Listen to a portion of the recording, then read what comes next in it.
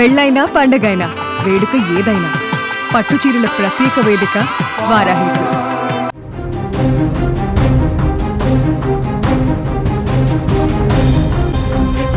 నవమాసాలు మోసి రక్త మాంసాలు పంచి జన్మనిచ్చిన తల్లి బిడ్డకు చిన్న ముళ్ళు గుచ్చుకున్న విలవిలలాడిపోతుంది. తన కడుపు మార్చుకునైనా పిల్లల ఆకలి తీరుస్తుంది. కానీ తన పేగు తెంచుకొని పుట్టిన కన్న బిడ్డే ఓ రాక్షసుడిగా మారితే, తన చేతులతో గోరు ముద్దలు తినిపించిన ఆ చేతులకే కసాయి కొడుకు నిప్పు పెడితే వినడానికి గుండెలు పగిలిపోతున్న ఈ మహా విషాదం ప్రకాశం జిల్లా ఒంగోలులో చోటు చేసుకుంది.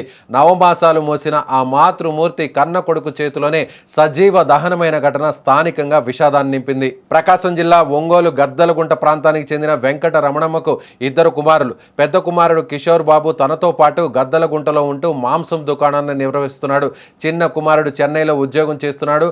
మంగళవారం ఉదయం తల్లి నిద్రిస్తున్న సమయంలో ఇంటికి నిప్పు పెట్టాడు. మంటలు చెలరేగడం చూసిన ఇరుగు పొరుగు వారు ఇంటి దగ్గరకు చేరుకున్నారు. ఇంటి బయట ఉన్న కిషోర్ బాబును ఏం జరిగిందంటూ నిలదీశారు. వారు అడిగిన ప్రశ్నలకు నిందితుడు సరైన సమాధానాలు చెప్పలేదు. చుట్టుపక్కల ఉన్నవారు ప్రశ్నల ఒత్తిడి తట్టుకోలేక అక్కడి నుంచి పారిపోయాడు. స్థానికులు మంటలు అదుపు చేసేందుకు ప్రయత్నం చేసినా అప్పటికే జరగాల్సిన నష్టం జరిగిపోయింది.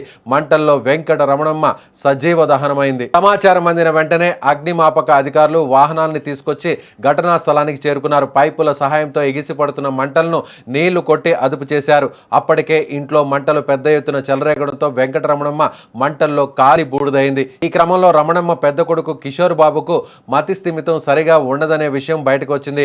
హత్యకు ఇది కూడా ఒక కారణమై ఉంటుందని పోలీసులు భావిస్తున్నారు. హత్యకు గల అసలైన కారణాలు తెలుసుకునేందుకు పోలీసులు ప్రయత్నిస్తున్నారు. కేసు నమోదు చేసుకుని దర్యాప్తు చేస్తున్నారు. కిషోర్ బాబు పారిపోవడంతో అతన్ని పట్టుకునే ప్రయత్నాలు పోలీసులు ఇప్పుడు చేస్తున్నారు.